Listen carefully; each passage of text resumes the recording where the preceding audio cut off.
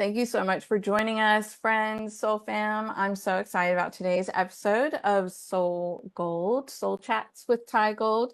This is where the divine decides what conversation I'm going to be having with my lovely guests.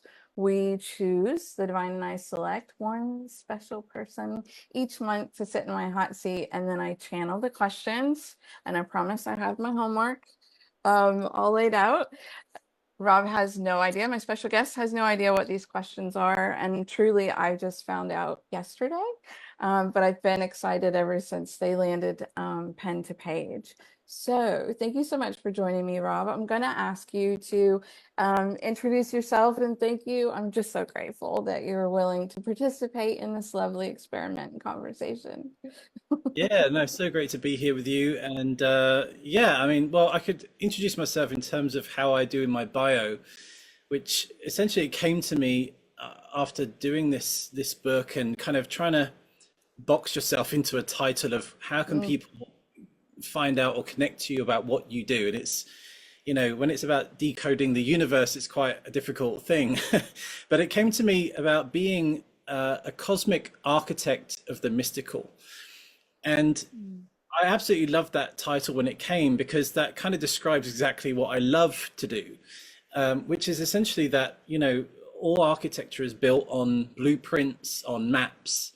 And so I love that side of myself to go into the cosmos and to start to map out, whether it's going into dimensions or trying to take the non-physical and try and bring it into a form, with the ultimate purpose really to then provide a map that somebody else can follow that same experience that I've experienced for themselves. And of course, the mystical, it's like, well, it's sometimes we look for answers, but the mystical is not necessarily about finding the answer, but going on the journey. And so mm, it's a really interesting play because it's very scientific, you could say, in some approach of the architecture, but then it completely lets all the maps go.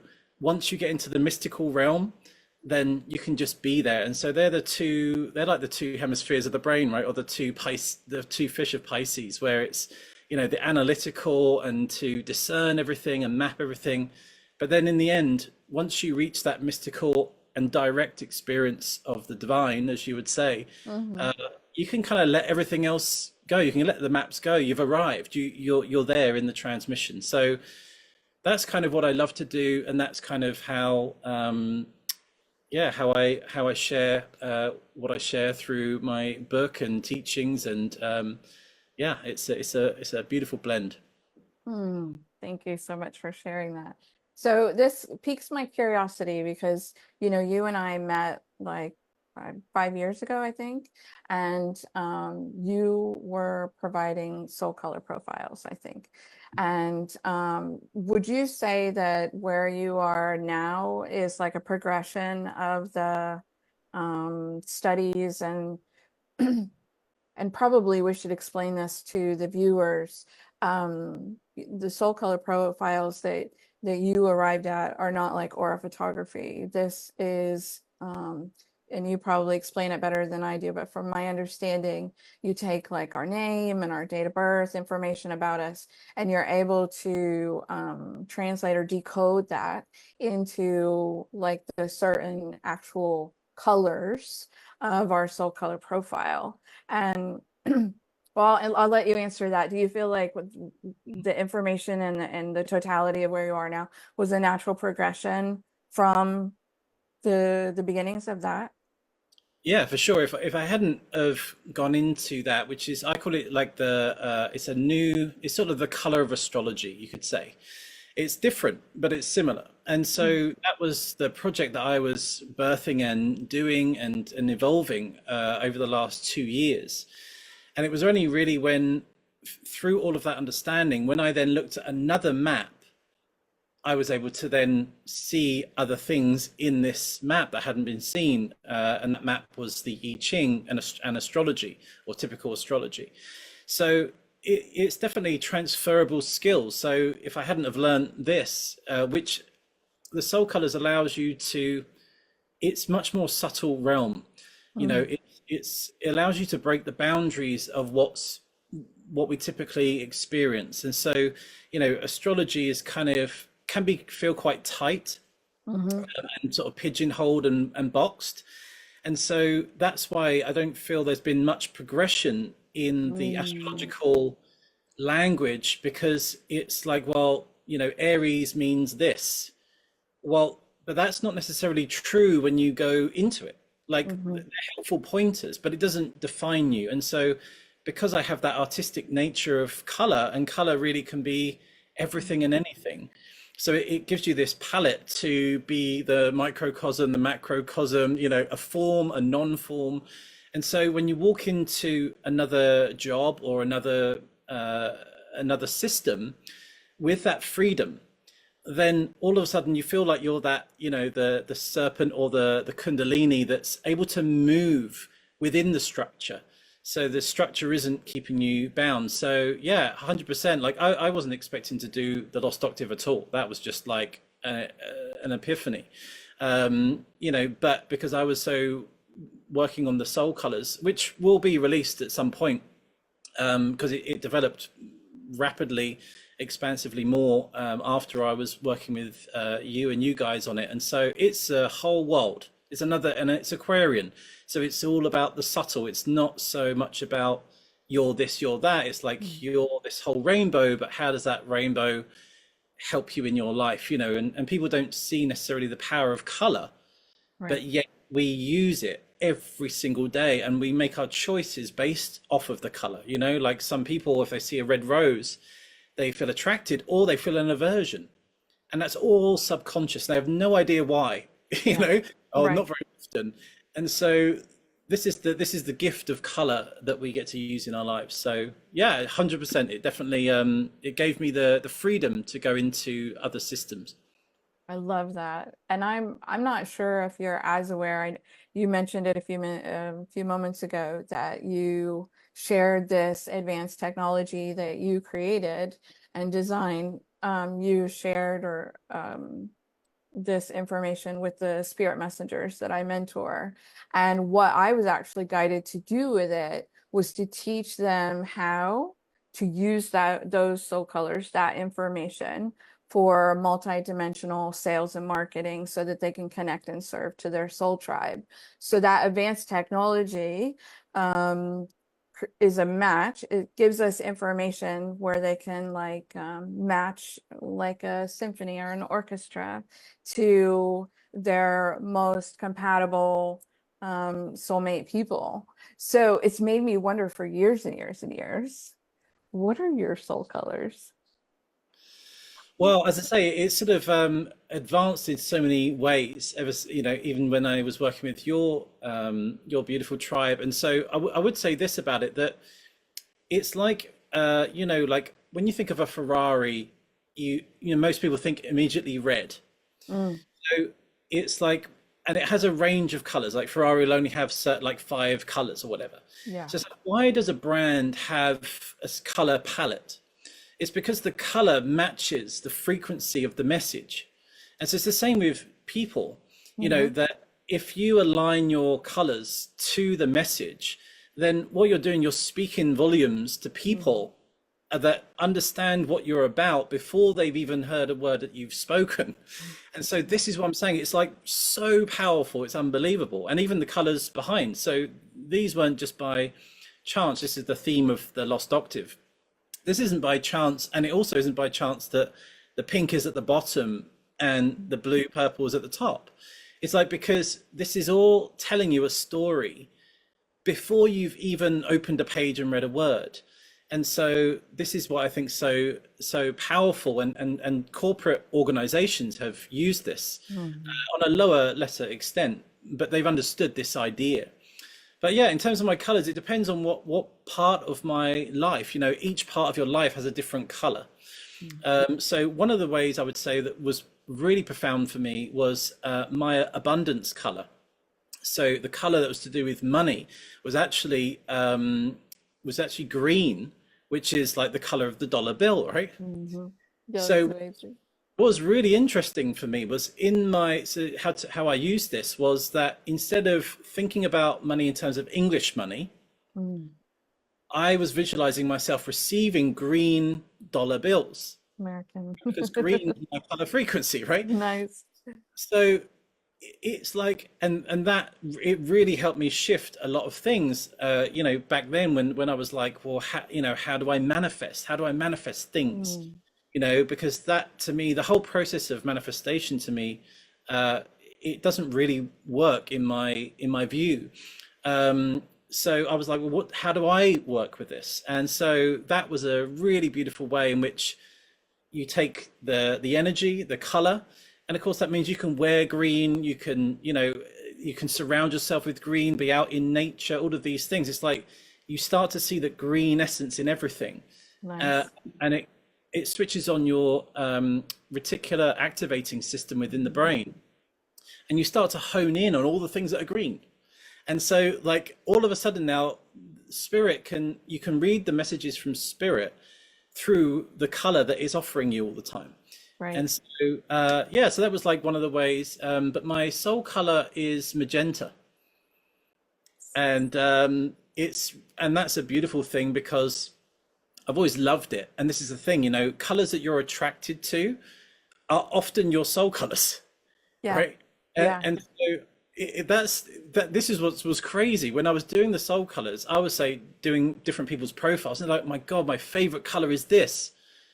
I've always dressed in this. I've always loved these flowers. And it's like, Right. well, because that's part of your energetic, you know, imprinting when you're Hmm. created. So, um, yeah, it goes super, super deep. And I think once people understand the power of subtlety, Mm. like as something as simple as a color can literally change your life. And that's why I'm really excited. Once this whole thread of these projects are done, I think maybe in Beautiful the background. next 3 years or 4 years, I think I'll be able to launch this and people will be able to receive this. And, you know, I think the collective consciousness will be sort of at that point of like wanting something brand new, you Yeah. know? Yeah. So, yeah. I was so impressed when we met in person last year. I'm sure that you've done hundreds, if not thousands, of soul color profiles and interpretations for people, and Oh, you totally remember what mine is. And it just blows me away. So we both have the magenta in common. And one of the things that I just really reflect on and appreciate about like you give us a map, and my soul colors are kind of like four quadrants of four different colors, and I feel like it gives me such groundedness, to kind of have that kind of display of like my energetic architecture, because I can be, um, you know, maybe a little airy fairy sometimes, a little divinely galactically connected. And there are just different, yeah, tones or hues in the soul color profile that I felt like really grounded me. And it definitely gave me a lot to work with. And I may have mentioned this when I was over there too. One of my colors is magenta, and I used to hate the color pink. Absolutely despised it, which you found really interesting. And I went through a massive shift in my life in 2012 where a lot of this stuff happened. And I started bonding and building this relationship with pink and my identification around it. And so for me, before 2012, my connection with pink was that it was like weak or soft, or um, I didn't want to be pretty. I was very much of like a hard, harsh tomboy, masculine. And I feel like I was denying like just a huge aspect of my personality that I've really embraced. And even receiving that profile and having that internal, I was like, man, I used to hate this color. I used to throw anything away that had pink on it. And red was my, because I was just really drawn to, red was my favorite color.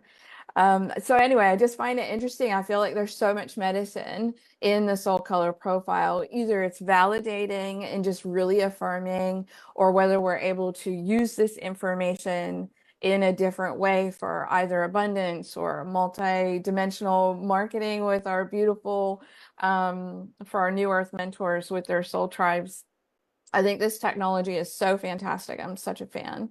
And yeah, you'll have to keep me posted on all of the updates, because even as you're talking about like coming back around to it, I'm like, ooh, I could use it for this. I could use it for that, for these clients, that client. So I definitely can imagine you and I collaborating in the future, because I feel like the advanced technology that you've designed, it can really support somebody through like their growth, their ascension, and like their soul's blueprint, and being able to understand it better and decode it. So I I got No, it's mad love for that's so it. great. Yeah, and that's what I mean. It's sort of like I think when you're used to working with the subtle realms, then you see the value in this because it's like you can just go into the imagination of it and you flow in the threads.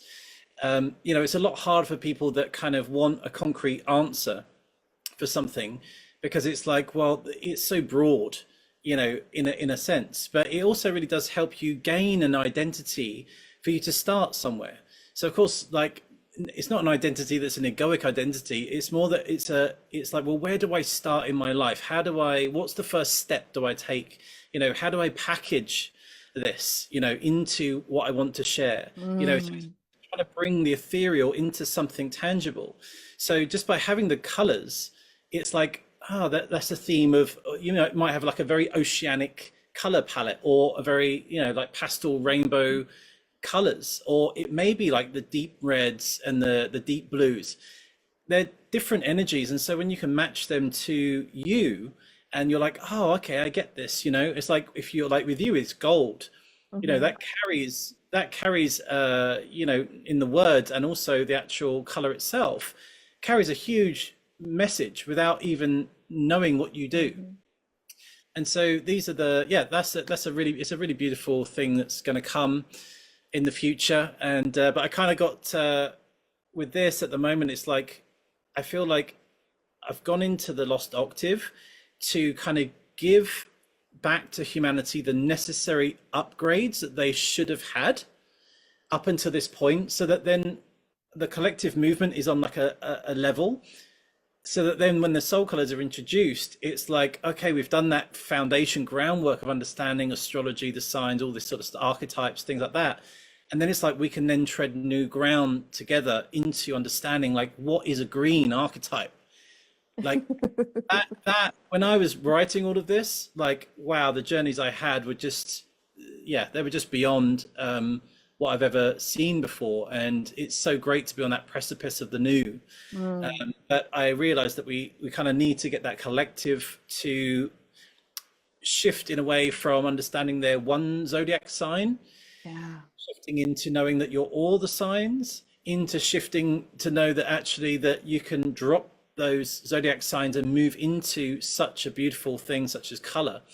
And yeah, it's like that's my favorite playground, really. Yes. And one of the things you were speaking to was like the diversity of the translation. I feel like the color transcends all belief systems. So it's such a universal language. It's almost like music. So the fact that you've tied all that together in this beautiful book, and I should probably back up, neither one of us have shared that when I visited you last year, you were on this mission of lots of sleepless nights downloading this, channeling this enormous book, which is now published. It's called The Lost Octave. And it's one of the reasons that I felt guided to reach out to you today. Do you mind showing everybody this Yeah, book yeah. that you have dumped your heart and blood and soul into?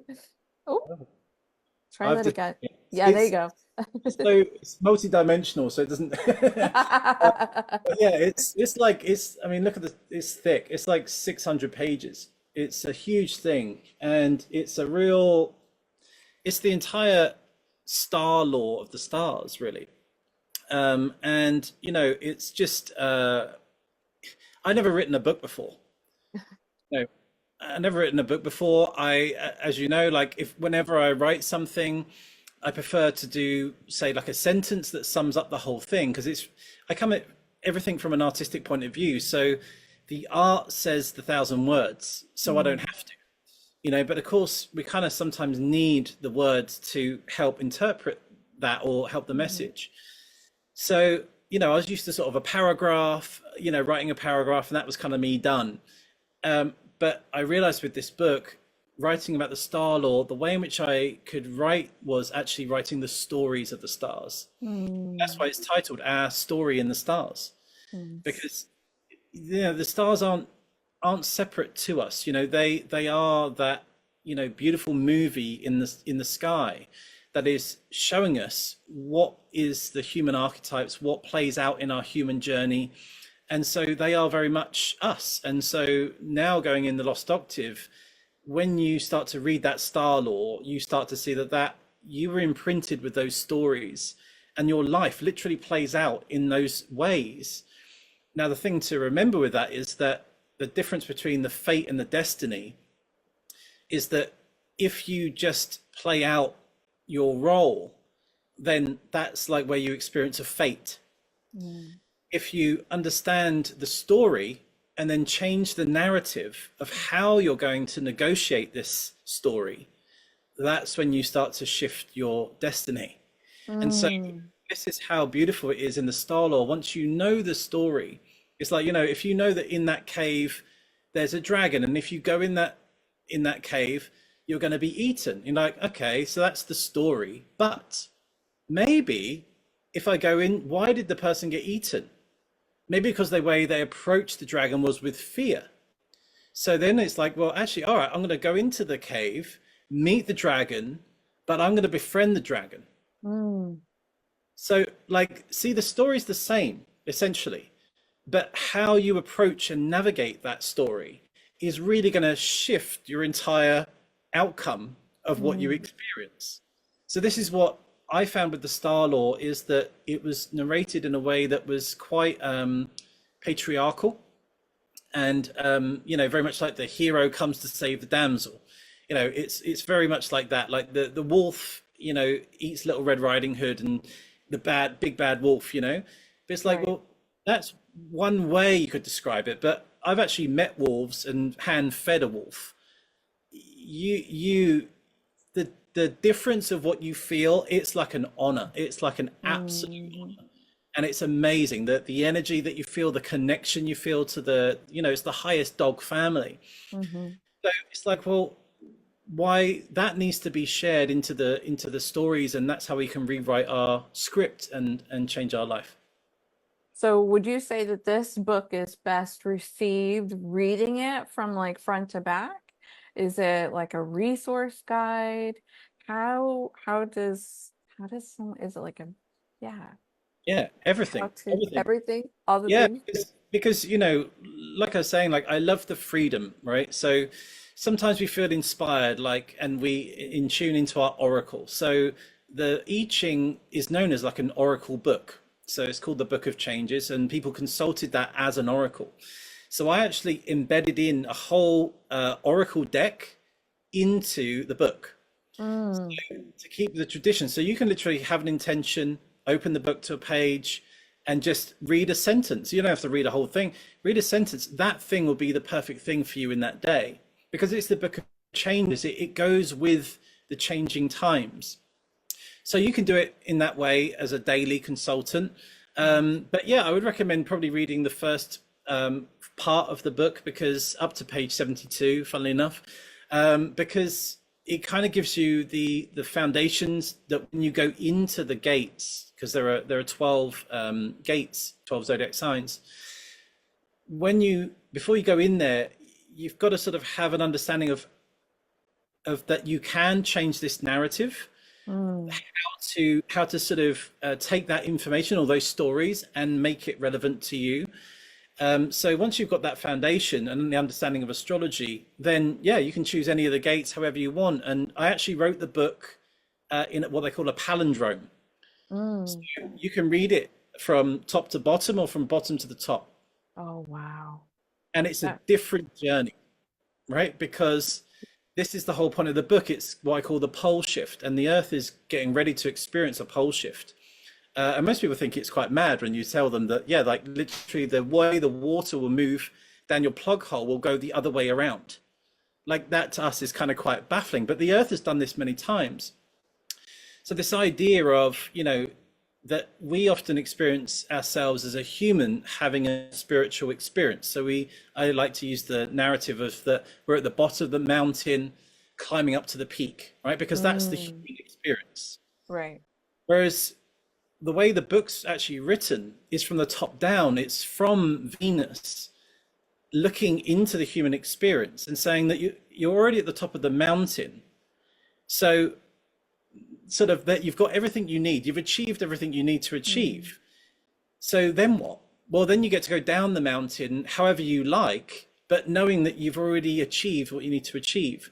It's such a different way of seeing life and your reality. So yeah, like when you read the book from the backwards up, and a lot of people actually started at the end. When you read it from the bottom going sort of up the book, that's the human way. When you read it from the beginning going down, that's actually the spiritual way. So I've actually written it in the descending order. And for example, like every list that's in the book, this was a really funny thing that I was doing with myself, was that when people normally write a list, they do one at the top, two underneath, three, four, five, right? And they go down. yes. But that's not really the right way you should do a list. Okay? Because It's not? no, because if you think you don't lay your first brick on the roof, Mm, right? So this is what I say about architecture. It's like, well, okay, so number one is mm, actually at the bottom, it's the root chakra, right? And then two stacks on top, three stacks on top, four. So then actually and it's so amazing, such a simple thing you can do in your daily life. When you notice that you write lists, don't put the one that you would put at the end, like put that at the top. got it. Flip your lists around. And honestly, it is such a game changer because you understand how things are built, and it changes how you prioritize things and what is the end goal. Because a lot of people don't finish the thing that's on the end of the list at the bottom. Right. They never get round to finishing all their tasks. What if that task that's at the end of the list is on the top? I tell you, it's a game hack. It's a life hack that I'll share on here. Did you start modifying the way that like this thing that you're suggesting that we implement? Did you start doing this like last year when you were channeling the book, or have you been doing this? No, no, this Yeah. all came with the book. So because Wow. the essence of the book was about the pole shift of how really we are the spiritual being having a human experience Hmm. rather than the human having a spiritual.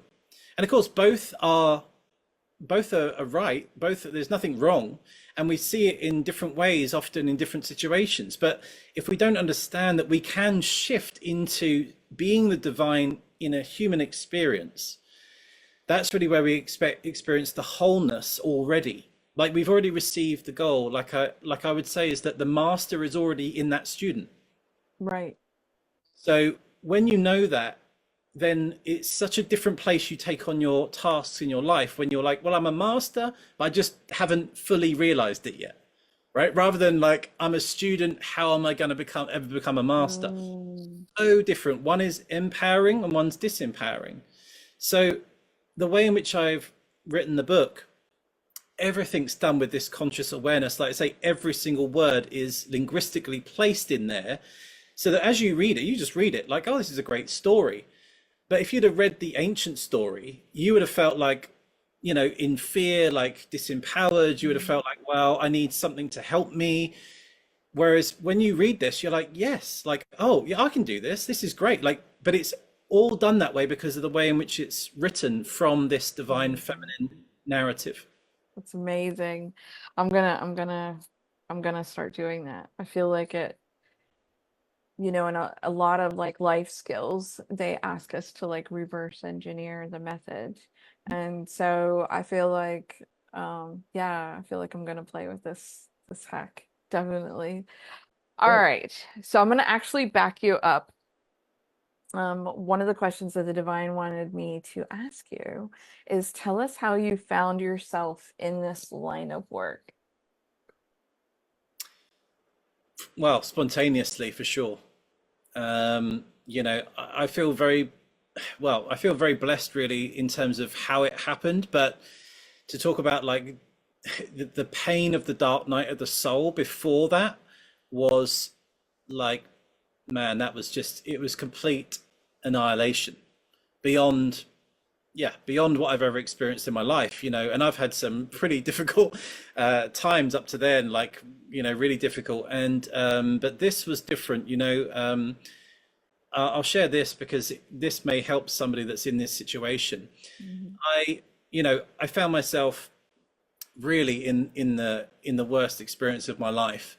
And I remember this was just at the New Year's Eve, right? So I could hear people cheering and fireworks going off, and but I was like at the lowest point in my life, and nobody knew where I was. Like nobody was around me. I was just completely on my own in this space. And the thought just came to me, and it sounds really fun, but it was like this image of somebody kneeling down, like their hands like this. I don't know why it was like this. It's hands like this, kneeling down and just making a prayer, right? So my whole life, like I've never believed in anything. I was never brought up in any of that society where anybody was sort of remotely spiritual, really, that I would say. And then I just had this, I thought, well, why not? Why not just make a prayer, like, because you are at the rock bottom. So I literally, I remember doing it. I had my elbows on my bed, this bed in this room, and I just made this prayer. And I just somehow, I can't even remember what happened, but I think I passed out. So I woke up next morning and I forgot that I'd even done the prayer.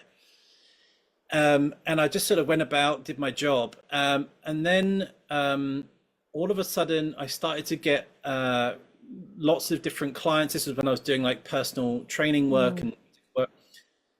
I started to get lots more clients. I thought, oh, it's because it's January, health, fitness, and that was all. Before I knew it, within 3 months, New year, new you. I was like I was the highest selling personal trainer in the whole company. I was advancing super fast. And I was like, wow, it really felt like my life shifted. And then what happened when I was in that space was I was invited to a yoga session. And I've told this story, but it's basically when did the yoga class, and I was encouraged at the end to shut my eyes. And when I shut my eyes, because I thought it was a kind of a strange thing to say, like, why would you shut your eyes during the day? Like I thought that was for old people, right? So like my granddad used to sit there and just shut his eyes, be like, "Oh, having a quick like nap." So I'm like, well, so I've never shut my eyes unless I was going to sleep, right? So I shut my eyes, and then before I knew it, I was in space. Wow. So I'm with the stars in space, and but it didn't feel weird to me. It just kind of felt like, oh, well, maybe it's just like an imagination or a vision. And it wasn't until the yoga teacher said, come back to the space, that I sort of came in like a shooting star, like full force, like jerked in my body, and was like, oh, wow, I literally left. Like I left my whole body. I had no idea what that was. And then when I opened my eyes, I could see all of these golden orbs around people. And then it later turned out that they were chakras. I could see people's Mm. chakra system all of a sudden. But I didn't really understand that. And so all I knew was that feeling that I experienced of being in the Mhm. stars felt like home. And so Mhm. every opportunity I had, I would just sit there like in like this yoga position, sit there and I'd shut my eyes and try and recreate this feeling because it felt so good. And then really that's when it started to happen, and then that's when I started to perceive angels, and I was going on sort of shamanic journeys, and it just Mhm. got more and more and more. And that's, yeah, that's kind of essentially how it all started. And all of a sudden everything else in my life dropped away, and the only thing that was important was this inner experience. I had to move away from that job. I actually had to move country. And so because I couldn't stay in that environment anymore, because it was so sort of you could say 3D. Mhm.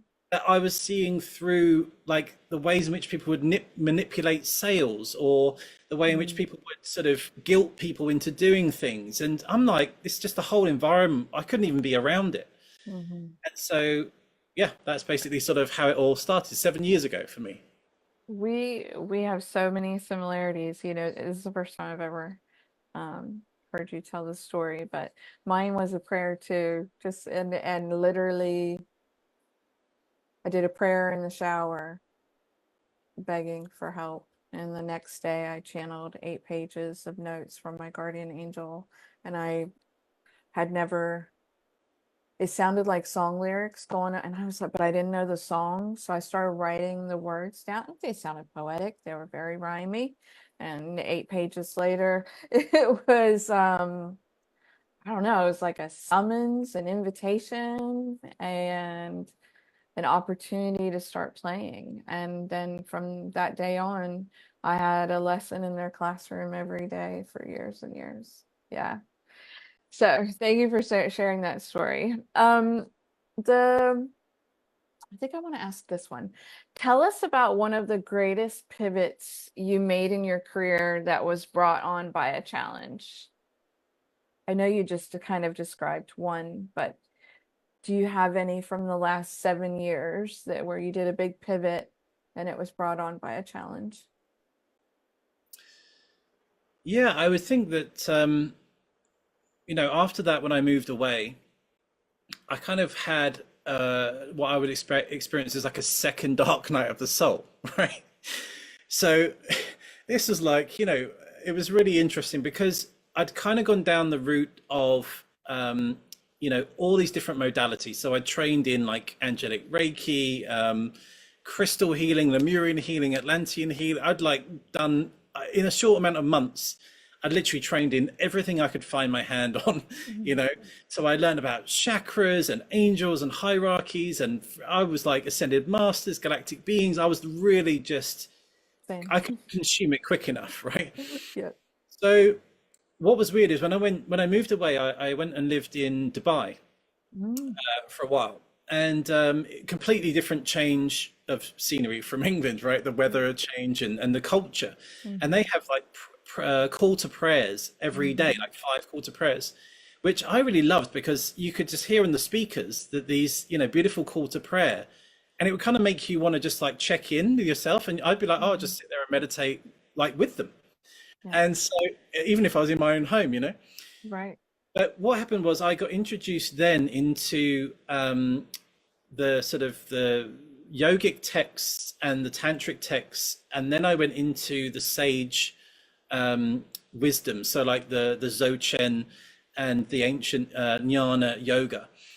And so I was like, Sanskrit to me was like my language. I just seemed to understand it, like it felt like a past life, like I've done this, I know Wow. this. Wow.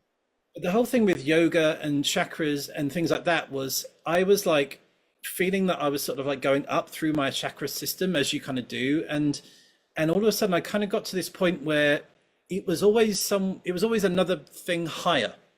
It Hmm. was always going somewhere else, or trying to elevate myself, expand my consciousness. I was doing crazy things. I was like meditating 6 hours a day straight. Like I Mm. literally sat there like a yogi. I would shut my eyes and I would try and have no thoughts. I was like using techniques where any thought that came, I was placing it into the fire of my third eye. I was having moments where I had hours where I had no idea of anything. And so I really went into a huge trial and error stage of this. And in the end, it was the sage wisdom which just obliterated everything. So everything, when I was doing this yogic practices, everything vanished. Like, so no angels, no shamanic journeys, no crystals, no Atlantis, no nothing. It was like there's nothing, it's Mhm. emptiness, it's just the void. But I couldn't see anything. There was no images, no colors, nothing. I was like, wow, it was just like that's what made me feel, I felt like I was cut off from spirit. Mhm. But it was kind of what I realize now is, and if anybody feels this, what happens is that it's like your sort of the angels and the spirit guides, like you kind of need them to start with to get you on the path. But it's like the best mother always, like when you're riding the bike, they let go. and you don't even know. And so then you're riding by yourself. And so it was almost like all of that energy, it just cut itself off from me to say, okay, you're Mm, on your own now. You're on your own mm, path.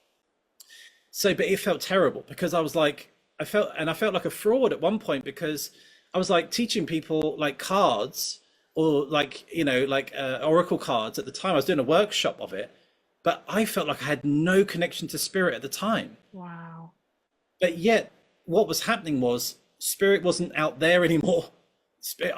It was here, but I Mm, just I couldn't see myself, right? I was just like, because I couldn't tangibly say, oh, that's that energy, that's that energy. I just felt like there's just the just consciousness. There's nothing else mm, here. Like everything's within that, but it's not a phenomenal thing. And so the sage's path deleted everything, and I came to this crucial point in the sand where I could have easily at that point vanished into a cave and become like a full on like yogi. I could have gone to the Himalayas and wow. just been in consciousness itself and just enjoyed that and learned whatever I needed to do in that point. But when I came to it, I was like, well, what do I actually love? And I love, the beauty of artistry and colors, and I love all the parts as well. And so I kind of saw this, that why are you picking either or? You can merge both. Mm, So that was the pivot point, because it's like, mm, you can enjoy everythingness without being bound to it. mm, And so that's why I call it the mother father tantra. So I would say the father tantra is that emptiness, formlessness, that Shiva, the mountain of endless stillness. And then you've got the Shakti, that's kind of the everythingness and the animation force and all the colors. And so it kind of felt like, and that's the way it's described also in a lot of the text, is like this path or this path. mm. So when I came to the resolve that, well, why not both? Why is it not mother father tantra, like Shiva Shakti as one? And so as soon as I got that in my heart, then that was the game changer for me. And I could enjoy everything and still be in that formlessness at the same time. I love that. I had someone ask me one time, um, I used to go into trance quite a bit and channel a lot of information. So then I would get people write to me and send me questions that they wanted me to ask divine intelligence. And I remember somebody reaching out to me and asking me the question about, should it be this philosophy, that philosophy, this religion, you know, which is the one, which is the way. And I remember the message that I channeled um, was the divine's expression was, what's available to us is a cornucopia. You can have it all. You can have everything, and you don't have to choose. And you can try something. You can taste it and put it back, or you can come back for more and be greedy. So I love that. That's kind of the place that you kind of got to too, and then integrating all of that with a fresher, more modern, new earth perspective as well. um it's, yeah, I'm really excited for more people to have access to that perspective, and to also be sharing it, because I feel like some of the conversations that I've seen in the last, I don't know, 10 years or something, is that there's like the new age will be brought on by a woman. I'm sure you've seen this. And I I don't know why it has to be one or the other. Like part of me feels like, you know, why can't it be, all of us, and we're all um embracing all the aspects of our identity.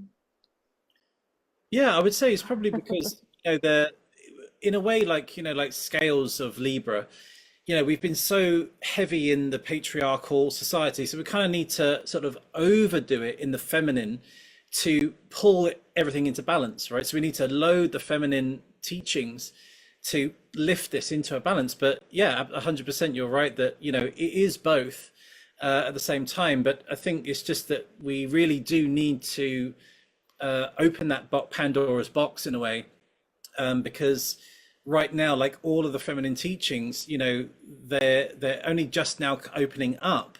Mm-hmm. And this is why the book is a transmission of Venus, because this is part of this collective help to say, you know, these are these lost teachings, this lost octave that enables us to find a balance. So, but you know, I would say that, you know, men find it very easy with, so there's two paths, and I write this in the book, and the path of negation is masculine, right? So it's not this, it's not that, it's not that, and you can just empty, empty, empty, empty, and then you're free of things. That is the very intrinsic way in which a masculine can find spirituality very, very quickly. So that's why that sort of path works, that renunciate Mm. path. You know, you're not in the world of things, you're in that void. That's very, very easy for a masculine to do that. It's a very fast way to get to find yourself. With the feminine, it's affirmation, right? So you got negation and affirmation. So hers is about everythingness, to feel that wholeness. Hers is, you know, all of the colors, all of the dance, all of the things, you know, because if you try to negate too early in the feminine mode, you feel that you're isolated and you feel that you're alone and you feel lost. And the same thing that with the masculine, if you start piling on everythingness, he's overloaded. He feels like he's got too much to bear. Mm. If you really want a quick way to move into your consciousness, then the masculine is naturally going to be negation. The feminine is naturally affirmation. But then what happens is they, as you mature in that, then you find that they converge, and then the feminine finds everythingness with detachment, and then the masculine has the detachment and can experience and taste all of the sweets in the shop. Mm. So they do intertwine, but it's like, you know, where do you start? And that's why I think a lot of the teachings have been very masculine, you know, like renunciates, you know, formlessness, and that's the Buddhic paths and things like that. And that's why now Tantra's coming alive, because it's that everythingness, and it's like sexual union is a good thing to find the wholeness, you know. So in the end, they both cross over. But if you want to fast track, that's the natural way we're designed. I love that. All right, little shift in conversation. How do you see or perceive your soul tribe? Like, are you able to describe them to us? And soul tribe. Well, I would say this. I've been really blessed with, in the moment of my sort of epiphanies, I met my, what I call my spiritual mother. Mm-hmm. So she was amazing, really, because, you know, in a lot of life, you know, your differences can be kind of criticized, right? So if you're not following a certain path and you want to express in another way, that's often then culled and, you know, discriminated against. So your artistic expression gets collapsed by society. You know, and so when I met my spiritual mother, she was everything that I was experiencing in my inner world. She was like praising that, encouraging that. It was like a whole world of difference, because what I was used to was like, well, don't go outside of this, don't say that.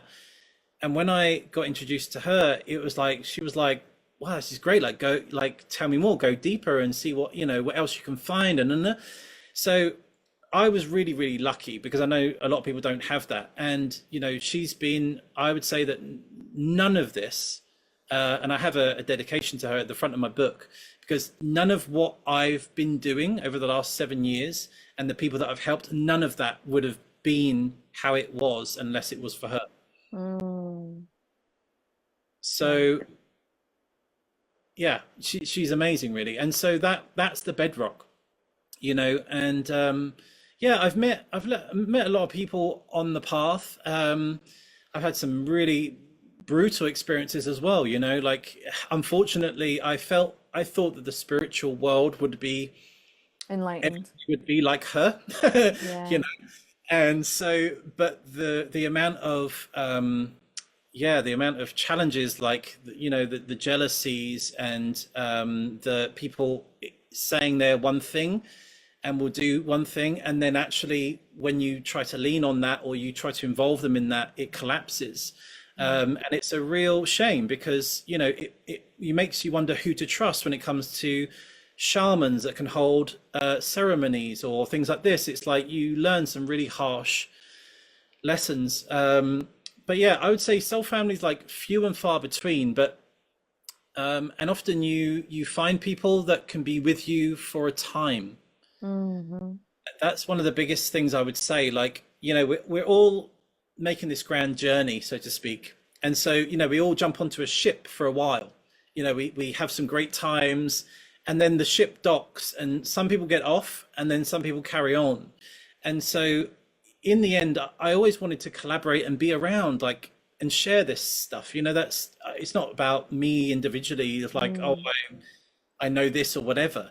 I wanted just to be around people and listen to the stories and listen to the journey, but that's so rare.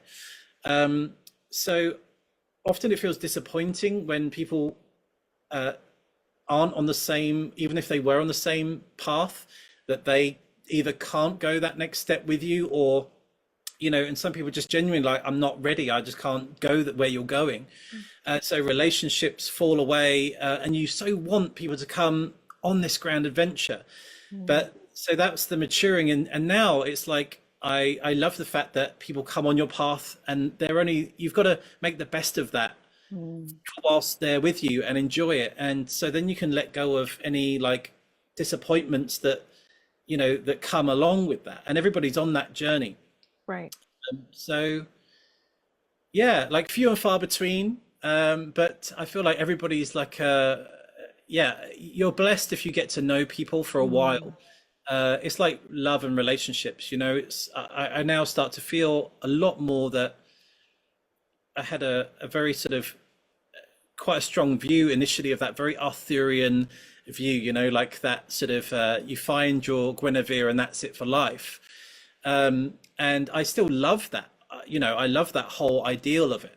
But the more that I have actually directly experienced the way in which life is at this time, if you Mm. get a chance to be with someone for a while and really enjoy that, and then you may part ways, and then you meet somebody else, and so maybe eventually comes together that you find the one or whatever. But I think when you realize that people are with you for a while, and then you can enjoy that, love them, and then if you're called to move on and move forward in another direction, then know that's all a divine journey also. Part of the greater plan. How would you describe, and I may answer my own question here to get us started. How would you describe the community that you want to receive your book? Part of me feels like they would have to be philosophers at heart. Lovers. They Yeah? have to be lovers. Yeah. Philosophy really is so philosophy is philo Sophia. So Mm-hmm. philosopher means the love of Sophia, right? So Mm. that's really the whole idea of philosophy, is that it's not the philosophy itself that you're trying to follow. It's that's the guideposts in order so that you can fall in love. And so, with wisdom, Sophia is the true wisdom.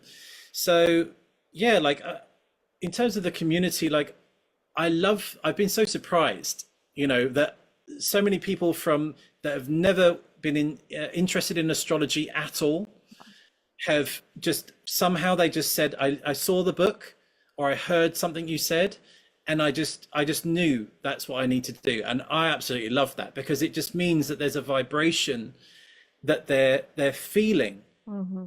that is beyond a word, and it just allows them to go, I don't know why, but I feel drawn to this. Like that's the best Yeah. for me, because it feels like it's connecting to new people that would never really even look at this stuff. So I Mm. love that. But yeah, I would say lovers really, because the book is actually a book of love.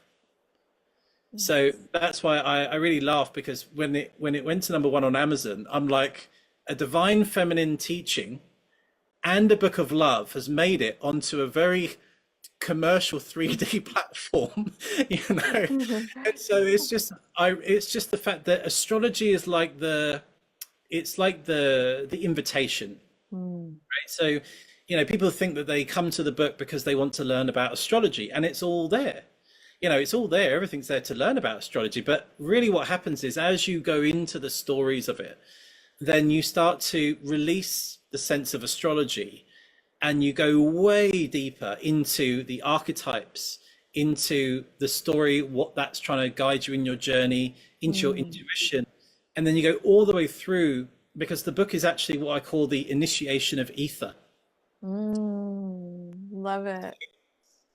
Many people have done the shamanic initiations, right? So the fire, the earth, the air, and the Oh yeah. water, right? So that's been an age-old thing, but Mm, nobody has done anything about ether in terms of an actual direct initiatory process. mm, So when this came, I was like, wow, because there's a lot about ether in the book because it's about hyperdimensional reality. So it's taking the 3D and moving it into the 4D and now 5 and 6. And I'm talking like mathematical mm, 4D. So, you know, because perhaps people that do this work would say, oh, well, I operate on a 5D consciousness. I'm talking about mathematical 4D, how the actual DNA moves into the scientific fourth dimension mm-hmm. and all of those processes. Like that's what I've anchored into the book. And so it's the initiation of ether, of taking you directly into the experience of the divine. And so it's not like initiation, like, okay, so what do we do? Right. The way in which the initiation happens is that it's so beautifully subtle and soft. It's the divine feminine of when you read the story, it Mm, will change you. I love Like that. I 100% guarantee that when you read one of these stories that's in the book, it will literally change the linguistic patterns of how you perceive things. It will Mm, flip your perception another way around, and you're seeing it from another view. And so you don't even realize this is happening because you're just reading, going, oh, wow, this is mm, great. I love this story. But then that story stays with you and that starts to change your actions in your life. And so it's not about how do I convert the knowledge into doing, which is mm, patriarchal. It's about I allow that wisdom to spontaneously move me through life. love it. As a storyteller myself, I'm really excited to get my hands on one of the copies of this book. Whew. Let me see where we are. The divine wants me to ask you about travel plans. Have you got any? I'd love to. Yeah, I mean, I kind of have. Interestingly enough, I thought after the book that, you know, once it was released, that somehow I would be breathing and be like, Mm, ah, I can just like ride this wave. And there was so many tough obstacles from writing that book and the whole process of that to actually putting it onto like self-publishing, putting it onto Amazon, and then all of the whole process of the business and how that works from there. mhm, It's like it feels like a quite a crash landing from writing about the stars. You know, it was like how to manifest something into a physical. It's quite mm, a lot of well, not quite a lot. It's a tremendous amount of energy, effort, and time. Um, I wish there was more hours in the day. So the that was on the 8/8 last year, and mm, then this year is obviously the big one, the first year anniversary. So the 8/8 we just had, and so I've just received another whole like the same as that, but again like literally this year as like the second huge project, right?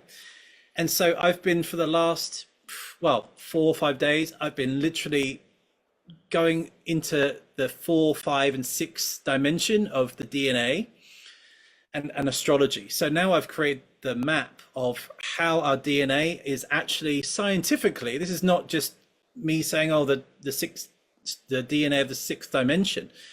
This is actually, I could take this to a science philosopher and say, here's the evidence of how these amino acids that are in our body right now actually mathematically go through into the sixth dimension, right? So this is huge. Right. This is what this has happened. So I was like, okay, I kind of feel like at the moment I'm just in the flow of like, these things obviously need to come out, and I'm currently trying to build an online platform and try and produce the courses, because that's what's going to help bring the book alive for a lot of people, and help them guide them through the book, and move them into those deeper aspects of the love and initiation of ether. But I do hope that next year, I would love to have this plan. I have this vision of actually doing a bit of a tour of America. And there's a few podcasts there and a few people I want to see yourself, Riley. And so, yeah, I feel like if I can get this part done over the winter and the beginning of next year, then I feel like then I should be able to then take this on the road. And then I've got that all there. So, but yeah, I mean, I'd love to. I mean, wow, the opportunity to go and visit all these countries, because it was 10 countries. It got to #1 on Amazon, right? Goodness. So, like Japan, for example, like Sweden and, Netherlands and stuff, like Germany. It was like, I would love to go and visit them all. So I'm down for travel plans, and I'd love to share more in person about this stuff, because I think that, as I say, I love to be in person and witness someone else directly experiencing this book. Yeah. So when I would love to have you here, by the way, but when I was receiving the question, or asking you the question about who you feel like this book is best or most aligned, who's the community for this amazing book, I actually was receiving an image over and over and over, and it looked like you teaching on one of our college campuses, where they have like the stadium seating, and and it was just a bunch of people having philosophical conversations and asking you questions, and you were just kind of like pitching the ball back and forth in the conversation. So I love that we're on your map of potentials. I wonder if that's why the divine brought it up, because they wanted me to ask you about travel plans. Do you have any thoughts about Australia? I keep flirting with the idea of Australia. You do too. Yeah. Wow. Yeah, that's so funny you say that, because I've been really surprised, different countries, like how it's been received. Obviously, I kind of knew that the UK and America, this would do quite well. But like Canada, it was like, okay. But then a big chunk, I think 19% of the books are actually sold in Australia. And since then I've had some really great connections with people in Australia, and they just seem like they're like, we love it, we are ready for it, like and so I actually went to Australia once, to Queensland, and it was one of those places that at first I sort of got there in the town, and it felt sort of like it was sort of, I don't know, back in time. It felt like I was sort of back in like the 90s or 80s. But then once I got into what they call like the wetlands, like the sort of the tropical type rainforests, once I got there and started to connect with nature and the waterfalls, my gosh, like I felt so at home.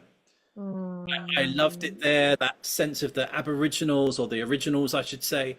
They're like, I don't know how to explain, but it's like their DNA, which is actually different to our DNA.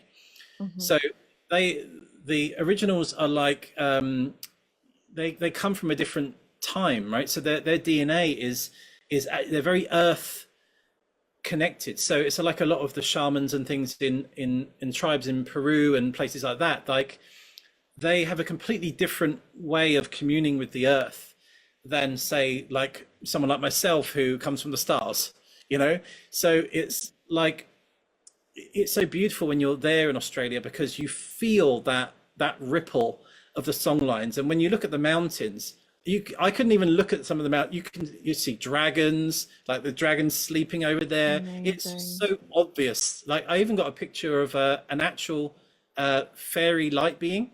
Oh. Like I actually took a picture of it. It's amazing, and it's like I was in the middle of nowhere. Like I was just by myself in the middle of nowhere. I was like, wow, I literally am immersed in it. And I was there, and then just by this beautiful sacred tree, which is where I found what I would say is my soul tree, Hmm. and it's a cathedral fig tree, and it's like 3,000 years old. Oh my goodness. It's just, and I got there and I saw it, and I was like, that's my tree. I just knew it. And I'm not really a tree person. Like I love all nature, but I don't really go and hug trees and things. Like it's not really my thing. But when I saw this tree, I was like, this is my tree. I just knew, and the connection there was so great. And that I just stayed there and meditated under the tree, kind of like the sort of sitting there and just really enjoying this Mm. the feeling of these roots. And if you ever seen a cathedral fig tree, it's like it's not so much that they're solid, like you would normally find. They look like they're like a combination of roots. It's not like a banyan tree. It is a banyan tree, yeah. That's my Yeah, favorite. yeah. So it's like the roots, the trunk, and the canopy are actually all individual roots, so to speak, like all like vines, all like braided together like DNA. And so, and certain cathedral fig trees, you can actually, like, they're sort of hollowed out. So you can actually sometimes get in them.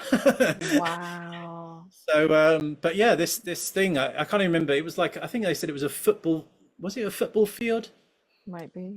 Like the canopy was like a football Mm. field in size. Like before I saw this tree, I didn't even realize that I'd entered its aura, and I didn't know where I was going in this place, in the middle of this forest, and I was just guided like a satellite navigation straight towards this tree, and I'm like, wow. So yeah, I love Australia. It's Yeah. Now you've got me primed and ready for Australia. We'll leave tomorrow. Let's go.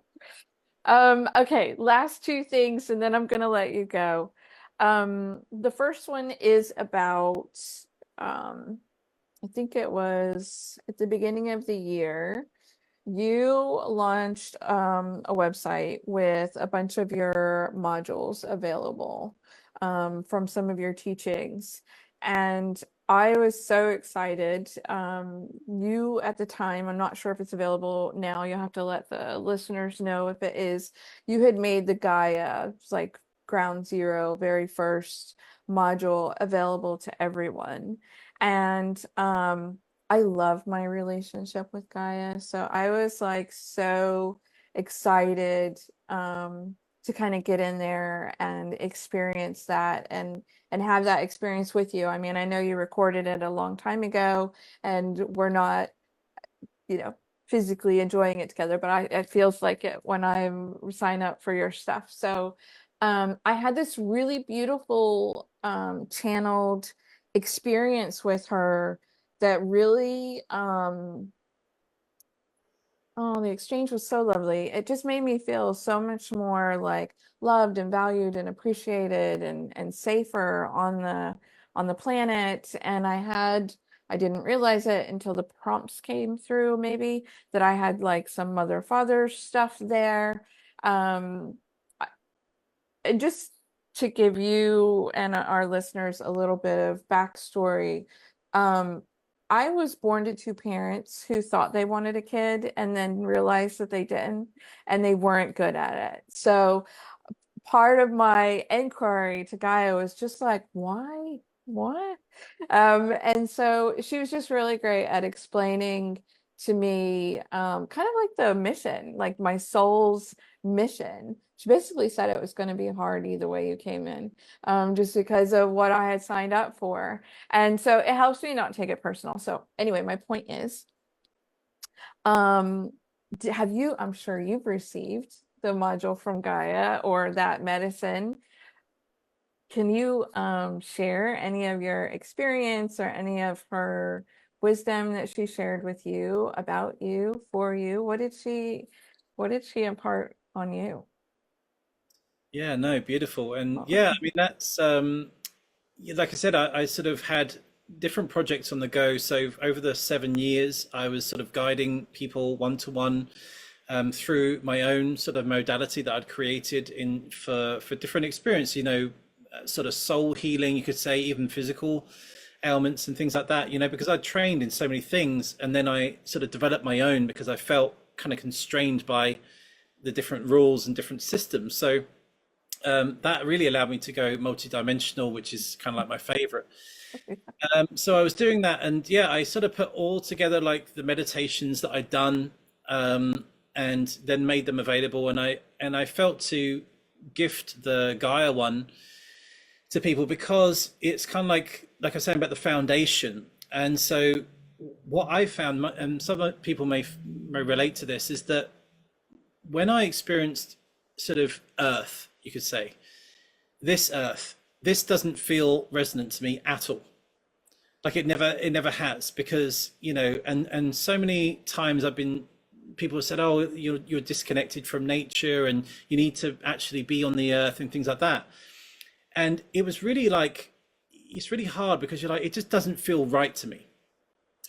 So then I had to find my version of Gaia that actually spoke to my soul. And so what happened is that I actually connected through that Arthurian legend. And when I started to remember past lives of being at that time and seeing how Earth was then, and then furthermore, how life was like in Atlantis and Lemuria, my view of Gaia was completely different to what I experience when I walk out the front door. Sure. That's the Gaia template that I feel at home in. So that's what was interesting, is that when many people have their views, it's like, especially if you're like if you feel like you're a star seed, or you feel like you're from the stars, what I had to realize is that you have to find your version of Gaia.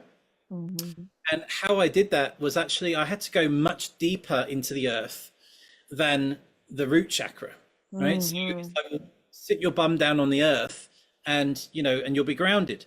Never worked for me at all. Like it doesn't matter if I sit on the grass or not. That's not an anchor point for me at all. So I had to go into the earth star chakra, and then that wasn't enough for me. That was like, still felt like I still feel disconnected from the place that I've landed. So I had to go all the way into the core of the earth, and again find you could probably say is like a fifth dimensional version of that, like the crystalline core. So it's not like a 3D down there, it's a whole load of lava. It's like, it's the crystalline core. And then as soon as I found that, I was like, oh wow, this is it. Like now I feel like I can actually integrate my energy with Mother Earth. And so that Gaia transmission, it's about healing the mother and father lineage, because again, a lot of people haven't really explained this, but I'd like to sort of share this in a way that's easy, is that, the soul is, let's say, the soul doesn't have any issues, you could say, right? So the spirit has no issues, right? There is no dark side, there is no light side. It's just, it is, right? So that's the spirit. But the human form, the body, is constructed through the imprinting from the mother and father lineage. And so therefore we kind of have this sense of like the karma of our ancestors and the troubles of our father or mother, and they've been passed on. And so like we're kind of here to break those patterns, rearrange those, and to heal those lines, right? So, but you can't do that if you don't actually feel connected to the earth. Right. Like, Yeah. so because the lines weave into the actual fabric of the planet, right? So the cells, the very cells. So when I found that I could connect to Gaia and understood like the energy of who she is as a celestial being, right? That's when I was like, okay, now then I can connect into these roots. Then I can start to see that actually a lot of the things that I've experienced in my life were imprinted into my physical form, not to me as a soul, but imprinted into my form to alchemize and transcend. Mm. So this is the thing, because often we're like, oh, this is me and this is what I have to alchemize. But then you've attached yourself into the imprinting. It's Right. like you just have to accept the fact, if you want to experience a body, then you're going to have to accept some kind of handicap, so to speak, or some difficulties or some challenges in Mm. order to have that body. But it doesn't mean that it's affecting you as a spirit, you Right. know? So that's part of the mission, that it's like, okay, so my body, once I can alchemize this form, then I can alchemize that into a harmonic with my own soul, my own spirit. Mm. And then that's when you feel at home with Gaia, at home in your body, and at home with your spirit, right? And so this is instead of it feeling like, oh, I've inherited this from my parents and my life has ended up like this, it's like, no, you inherited this and now you can do this about it. And so that's the real, yeah, the real beauty of it, and the revelation of it. So yeah, connect with Gaia in the way in which you feel your template is vibrates at, whether that's ancient times, future times, the crystalline core, or literally the soil of the earth. Whatever it is, that's your vibration to Gaia. Once you feel that, that's when the maternal and paternal lines, and of course that's our DNA. We have a maternal Mm. DNA and a paternal DNA, or the nuclear DNA, you could say. So once you feel that, then that's when I feel the deeper collective consciousness work you start to do. Because once you heal your lines and lineage, then those fractal lines go into the collective, and so it's this great root network, and you become part of that collective healing, collective consciousness. Yeah. So what did she say to you? She didn't really. I don't it's so bizarre, you know, and this is another thing I would say is that happens on the journey. So once I went into that mother father tantra and everything went dark and I felt like I was cut off from spirit, it's because it all had to come from within, right? So Mm.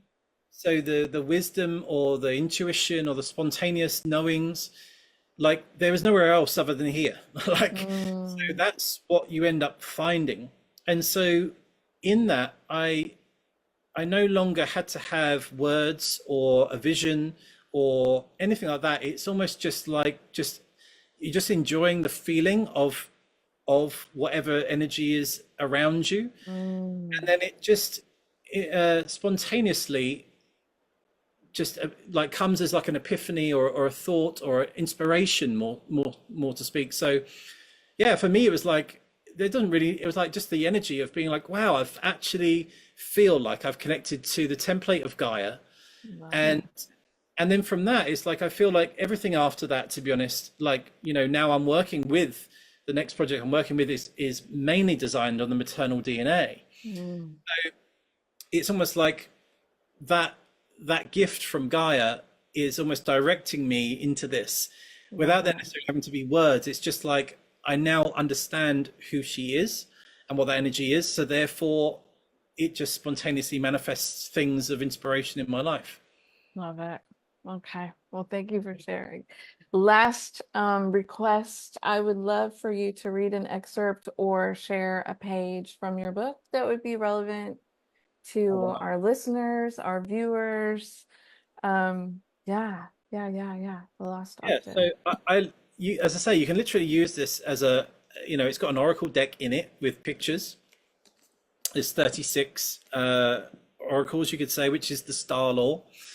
And yeah, you literally can have any intention that you want. And so if I feel into the intention of today, um, I kind of feel like it's, for me, it's what's the best way for somebody to start to move into the lost octave? Mm. Right? So what's the best way, what's the first rung of that ladder? What's the first step to make? So maybe really interested in this and have no idea about anything of the astrology or I Ching or any of that. And that's actually perfect. That's Yeah, actually the best way it's to better. start. Right? So you have no idea about any of it, and just you literally open a book and because you're reading it from the heart rather than the mind at that point. Mm. So there's Oh, nothing to wow. unravel. Okay. Yeah. So the page that I opened at, it's actually, let me, oh, yeah, look, I'll show you this. I'm trying. Oh, I love her. Yeah, there you go. So, funny enough, this is Sophia. Mm. Right, so it's the 13th sign, 13th zodiac. Is that dragon? Yeah, so in the book, I actually reveal that, I speak about the 13th sign and also the 14th sign. That I also actually made, how do I say, consecrated that as an actual sign because there's certain rules that you have to have in astrology to make a zodiac sign. And so there really are actually 14. But a lot of people have heard about this 13th sign, which they've spoken of as Orpheochus. But when I went into this journey, what I realized was that this palindrome I was saying about the Mm-hmm. beginning and the end, well, in music, the beginning and the end note are the same. Mm-hmm. When I looked at the word Orpheochus as I'd gone into this, I moved the S from the end to the beginning and it read Sophiuku, Mm. right? So Sophia is right at the beginning. And so Sophia is the mother of dragons, right? So she's the wisdom. So that's the beauty of all of this is the 13th, the sacred feminine number, and Sophia being the 13th sign. So that was all Also revealed in my the Lost Octave. my birthday and my favorite number, just so you know. So it says here that Sophiuku is not just a dragon bearer, but the mother of dragons, the breaker of chains. The Orphic dragon egg has now been found that will birth us into the next octave. As we enter the center altar of the zodiac, she is the Kundalini, the Shakti of dragon fire that takes us into the hyperdimensions of perception. As the tail of the dragon is Ketu in the Vedic tradition, and the head of the dragon is Rahu. These depict the south and north nodes of the moon, the feminine lunar relationship.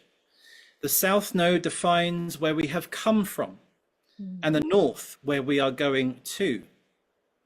The lunar reference confirms that it is absolutely a feminine sign, yet also a masculine. What I have found is that by moving into the new octave and the higher gates, there is a pole shift that occurs where both the masculine and feminine principle are expressed, just like within us. This matches the quantum I Ching discovery discussed in Gate 68, its super partner, as here the past and the future are also seen as loops depending upon your perception. And what I mean by loops is that it's a torus, right? So whether you go infinitely into the past, you'll come out into the future. Whether you go infinitely into the future, you'll come out into the past. And so, but it's all from the place of presence in the center, and that's the 13. So although 13, you could say, is around the rim, really it's 12 with the 13th is the center point. And so she's the hub of the wheel, right? So she's the dream weaver that weaves the web of life from the center. And so that's the Kundalini, right? So the Kundalini wraps around the staff of the masculine pillar. And so she's dancing around that. And so that's why I say that it's whichever way you go, whether you start off as a fractal, you'll move into wholeness, or whether you're the wholeness, you'll end up finding yourself into all of the fractals. So in a way, it doesn't matter which way you start. All I would say is that one is more how spirit sees life, and one is more how the human sees life. Mm. And so if you align yourself into how spirit sees life, it's a much more, you get to enjoy the journey. Mm-hmm. Right? So it's like, Yeah. it's such a different thing when it's a human experience. It's not so enjoyable.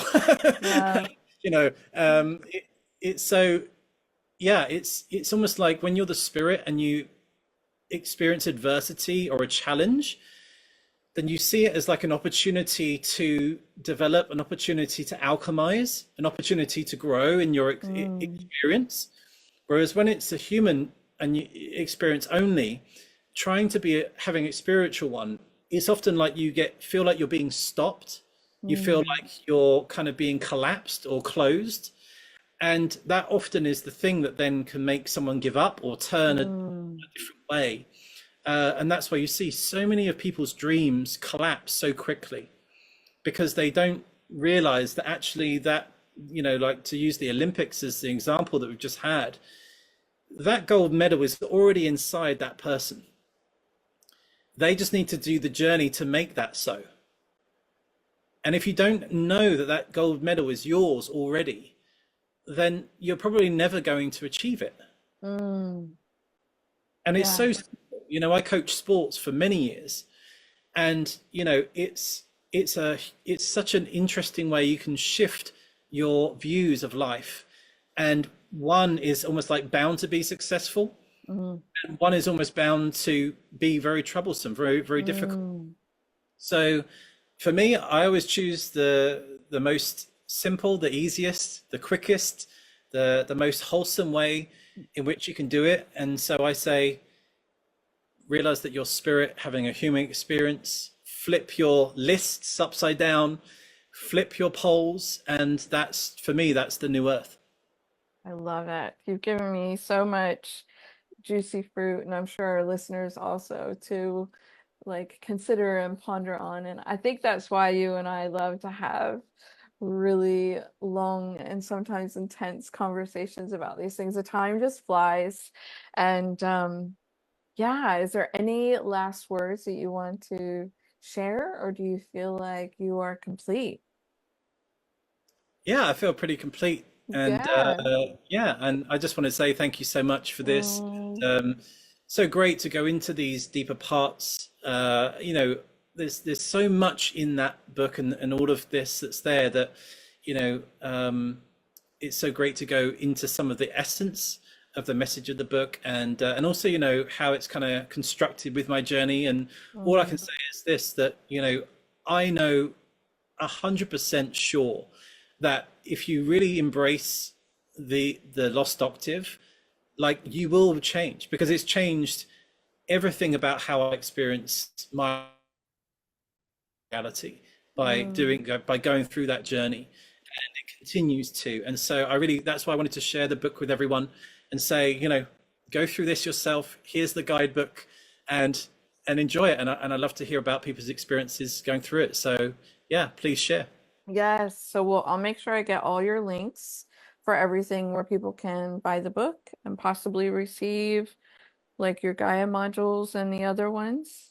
Is that all still available? I've actually closed that website down because I'm just focused Mhm. on the Lost Octave at the moment, and because it's just all consuming, to be honest. Right, right. but but yeah, Okay, so we'll get them over to, I can't wait to order mine, and then I'll probably be filling your inbox. But I love that Sophia and the dragons are that was actually our starting point. I reached out to you because of the dragons. So I love that that's the note that we're ending on today. So I love dragon riding with you. And yeah, till next time, and keep me posted on your progress with book number 2. And I hope it's smoother now that you know what you know. yes, it's been much quicker for sure. So Yeah, yeah, awesome. Thank you so much for being here. Bye, everyone. Take care. Bye. Thank you so much for checking out this video today. Be sure to like the video, share, subscribe to my channel. And if you really had a wonderful experience on this video, I invite you to share your reflections in the comments section. I love reading those. And if you would like to explore some more of my juicy magic and medicine, please visit my website at newearthmagicschool.com and register for my email list. I've got some things that you're going to love exploring. And if you would like to join our wonderful safe space on Facebook, we have a beautiful community called Be Your Own Guru. Until next time, bye bye.